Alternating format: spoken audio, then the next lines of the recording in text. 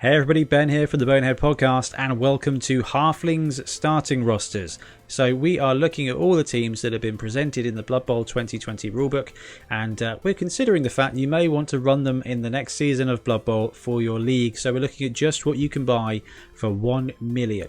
And we won't go too much into skills or team development unless we feel it's necessary, but for now what we've got is a good few suggestions on how to start a league with Halflings.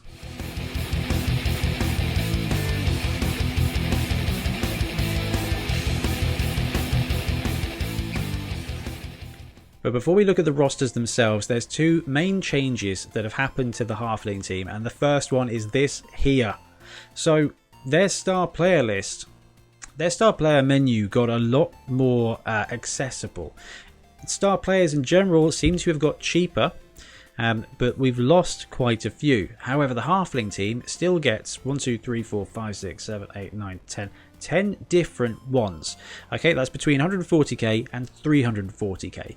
So the classic build of Halflings taking a low budget, low TV, so you can take that third tree man with Deep Root, and then the Master Chef still applies. It just means that now instead of taking Deep Root at 280, you might want to take Grack and Crumbleberry. Now, I'm known for talking about Grack and Crumbleberry, but if you think about it, these guys here, Grack and Crumbleberry, they give you the option to kick teammate as well. And the reason that's important is because it doesn't use your pass action. Historically, that's not mattered. What it means is you can throw teammate and you can kick teammate, which is always a lot of fun with stunties. But it ties in with the second big change. So, Hefties. Hefties got really good. They stayed at 50k. Catchers went up 5k to 55, which makes them very expensive for Halflings. But the Hefties themselves stayed at 50k. Passing got worse this time around in Blood Bowl. And Dark Elf linemen are passing on a 4+. Halflings are passing on a 4+. Except the Hefties. The Hefties are passing on 3+. And they get agility and passing access. So you're ending up with an actual Halfling thrower, which is really interesting. But why is that good? Stretch plays. Okay, we've all been there. We've wanted to throw teammate and make that quick pass to then get the handoff to then throw the teammate, but you can't throw the teammate if you throw the ball. Now, if you've got Grack and Crumbleberry, you can kick the teammate after you've thrown the ball. And the Hefties actually not bad at throwing that ball. With the passing access, you can give them accurate to make it a 2+ quick pass or give them pass. I don't know. There's a lot of bad decisions to be made there. And quite frankly, Halfling coaches, you are the ones that are likely to make these bad decisions. So enjoy it. So with that out of the way, we've got our first roster, which is called the Old School 600. Can you guess what it is? Yes, you've got 2 Treemen, 10 Halflings, 1 reroll, taking you to 600 TV, which gives you a sweet 400 petty cash. Master Chef needs to be taken, so we are assuming that basically all of these rosters you're taking the Master Chef. 1 reroll, not so great. Stealing up to 3 of your opponents is great, so I wouldn't give up the Master Chef here. You could drop it, take 2 rerolls, that would give you 3 rerolls every half.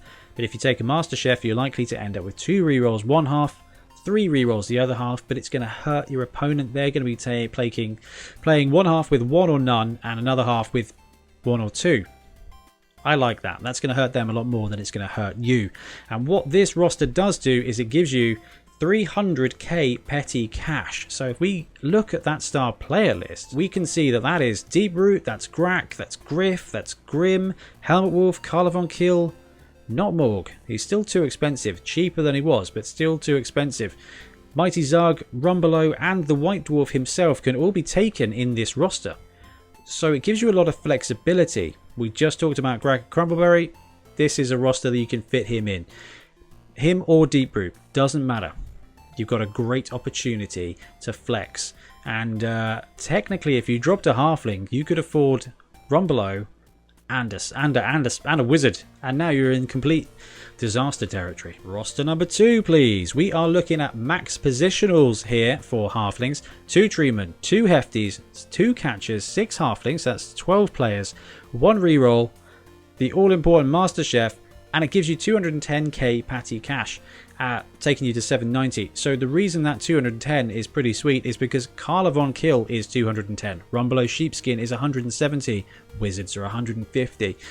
If you want a bit more, what you could do is drop one of your hefties, and that would go up significantly enough to get you Grack. But what this does mean is you've got those absolutely brilliant positionals in the catchers.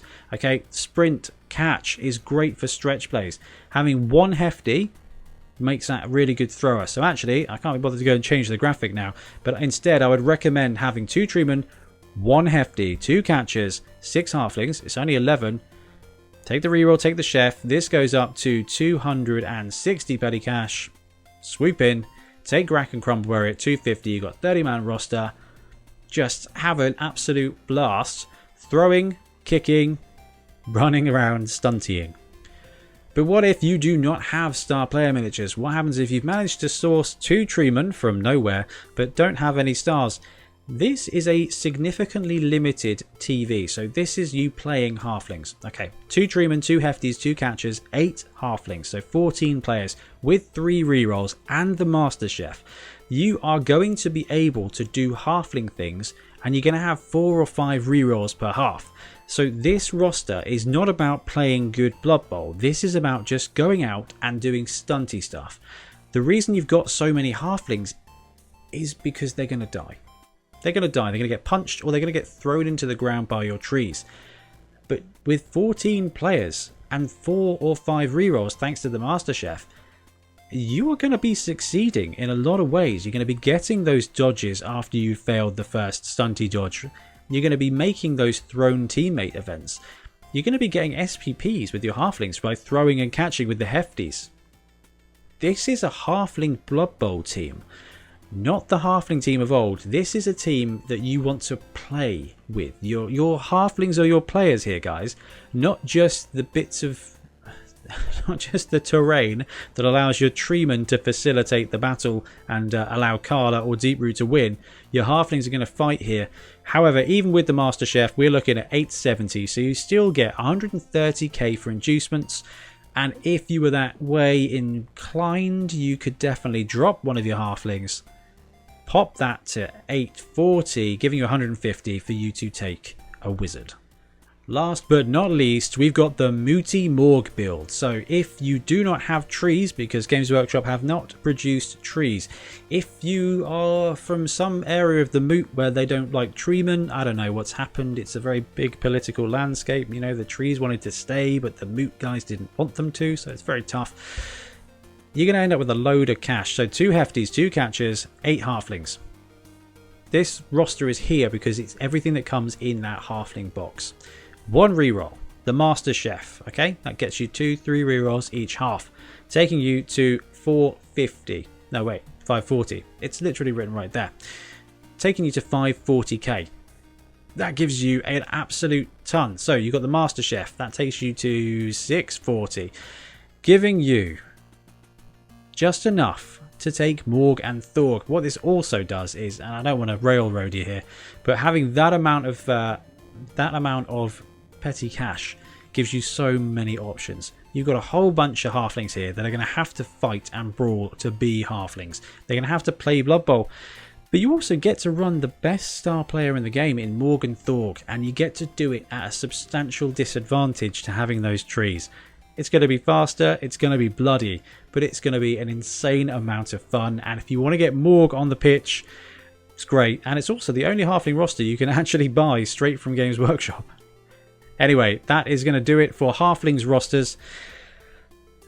Halflings are not a very good Blood Bowl team. But as far as stunties go, they can do stuff. And the fact that the hefties now can pass and the catchers now can catch, it means you're going to be playing some Blood Bowl games that are going to be entertaining. And when it comes to stunty versus stunty, halflings are going to have a lot of fun, and you get a lot of modelling opportunity with the insane roster, the insane menu of star players. Just look at all this.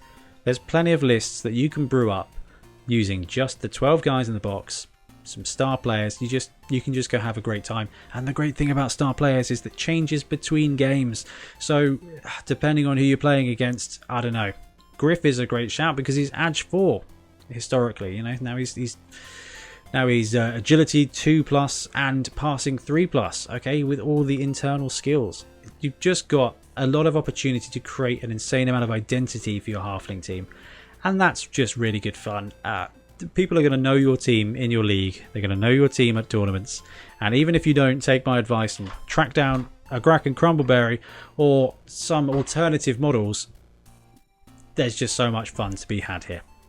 Anyway, thank you very much for watching. Leave a comment, but be gentle on your thoughts for these halfling rosters, and I will see you again soon, guys. Thanks very much.